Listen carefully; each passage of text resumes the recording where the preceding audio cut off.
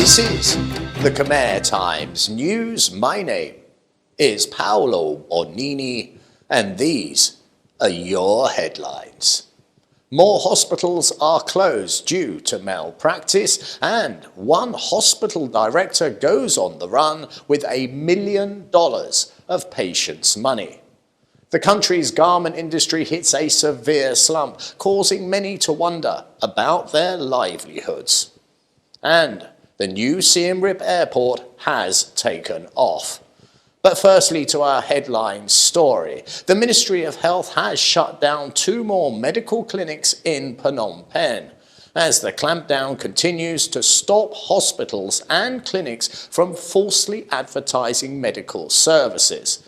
Recently, some of those in white jackets that profess to be doctors have been found, in fact, to have absolutely no medical training at all.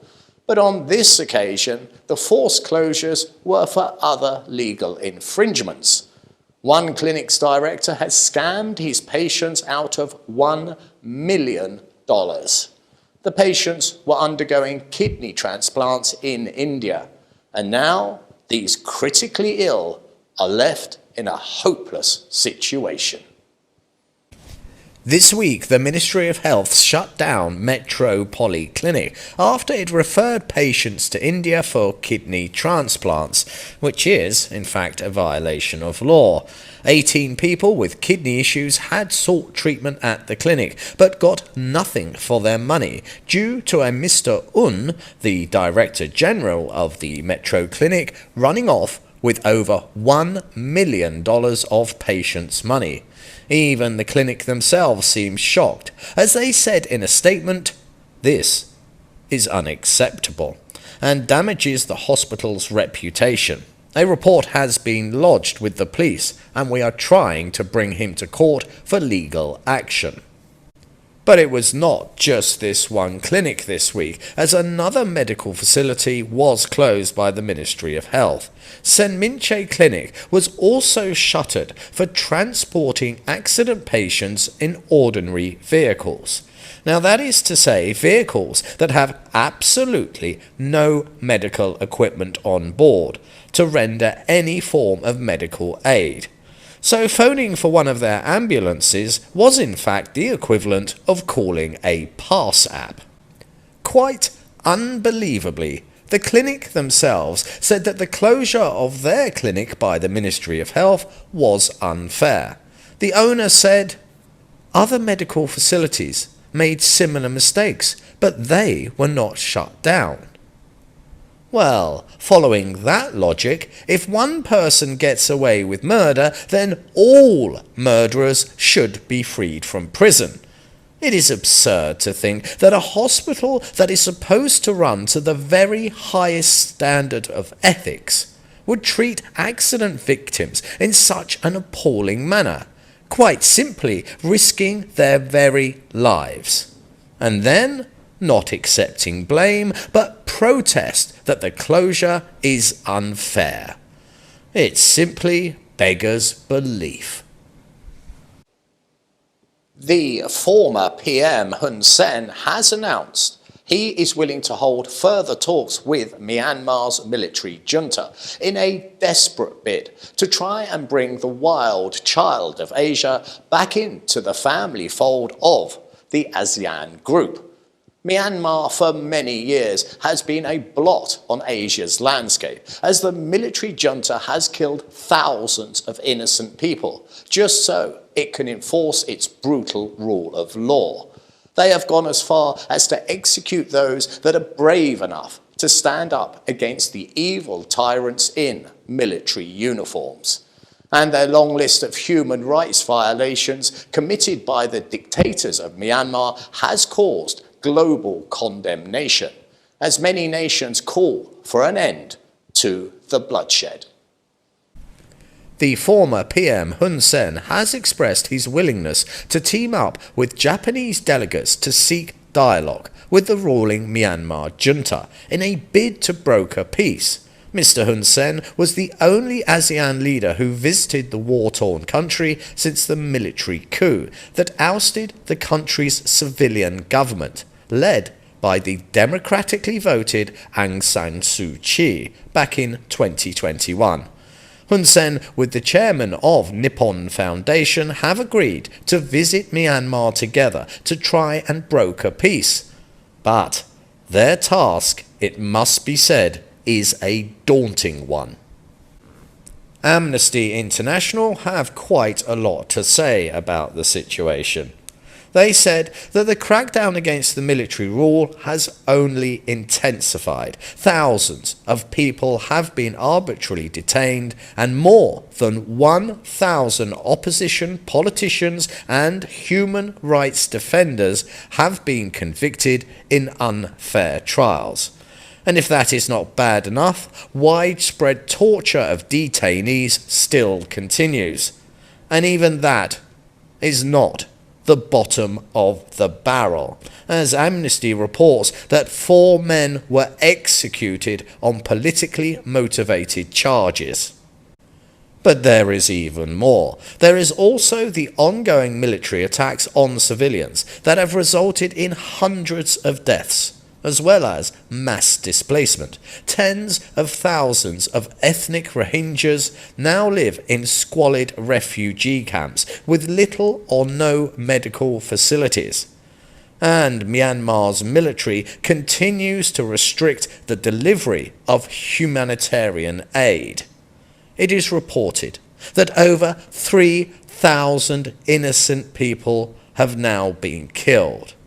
And this long list of crimes just continues. Recent numbers from the World Bank show that Cambodia has the fastest growing economy within the ASEAN.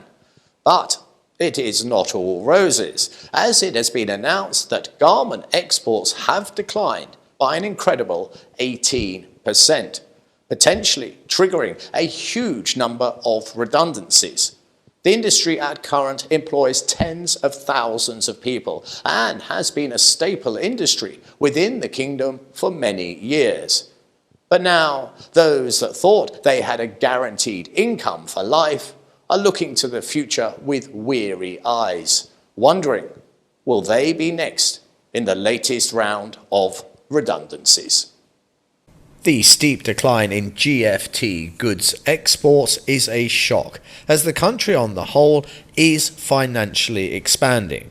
Now, what GFT exports refers to specifically is garments, footwear, and travel goods. The steep decline of nearly 18% this year is triggering fears of yet more job losses and factory closures.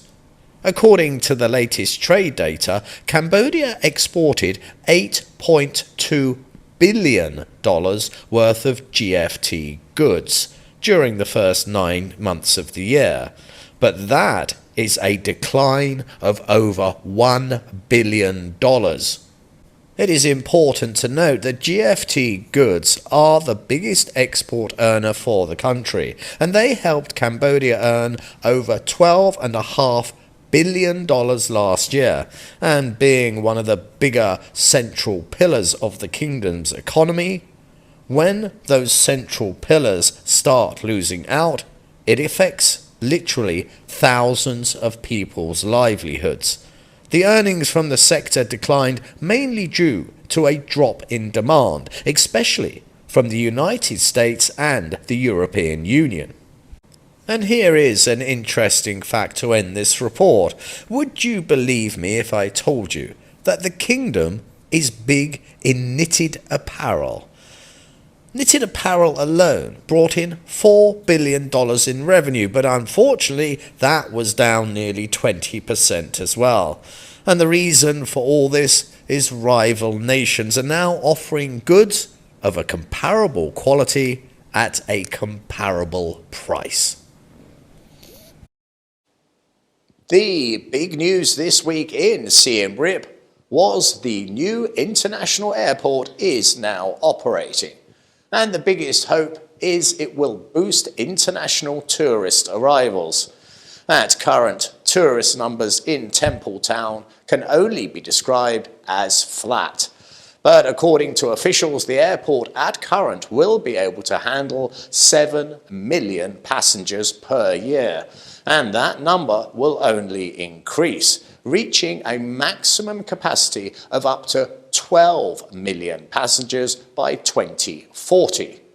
These numbers are huge, but right now, many of those involved in the tourist industry are looking skyward, just hoping to see more planes, and wishing the ailing tourist industry gets the boost it so desperately needs. Covering a massive 700 hectares, the new airport is located in Srot Nakum district, about 40 kilometres from Angkor's archaeological park and 50 kilometres from Siem Reap provincial town, with a 3,600 metre long runway. The international airport can accommodate long-distance flights worldwide and much bigger planes, offering direct flights to many cities that before involved a long layover. The Cambodian Ministry of Tourism strongly believes that the airport will attract new airlines to fly directly to Cambodia, and that will expand tourism. The Ministry of Tourism said, "This new airport helps improve Cambodia's air connectivity with the world and is crucial to help boost not only the country's tourism, but also its economy, its trade, and future investments." According to the officials, the airport will be able to handle 7 million air passengers this year, and up to 12 million passengers from 2040. The chairman of the Pacific Asia Travel Association has said it will significantly not only improve connectivity between Cambodia and other countries, but also all within the region, making the kingdom a much more attractive destination for both tourists and investors. And these words of a brighter future fall on the ears of those still reeling from the effects of COVID-19. Many had hoped that tourists would return more quickly with the end of lockdown, but so many report that at current, business can only be described as sluggish. It's time to have a look ahead and see what the weather has in store for us next week. What you did not hear in this week's news report, there has been more flooding and more people are out of their homes. The ministry has issued warnings like the one you see on your screen, but things are calming down somewhat. What we see is rain across the board. The temperatures are high because the humidity is rising. I'm sure you would have felt that, and there's even a bit more wind. So yet again, I must tell you the same. There is rain ahead, there'll be less of it, but a wise man will carry an umbrella. This has been the Khmer Times News. Please do subscribe and comment and stay up to date with all the breaking news by following us on both Facebook and Telegram. This has been Paolo Bonini, and that was the week that was. I'll see you next weekend for your weekly Roundup.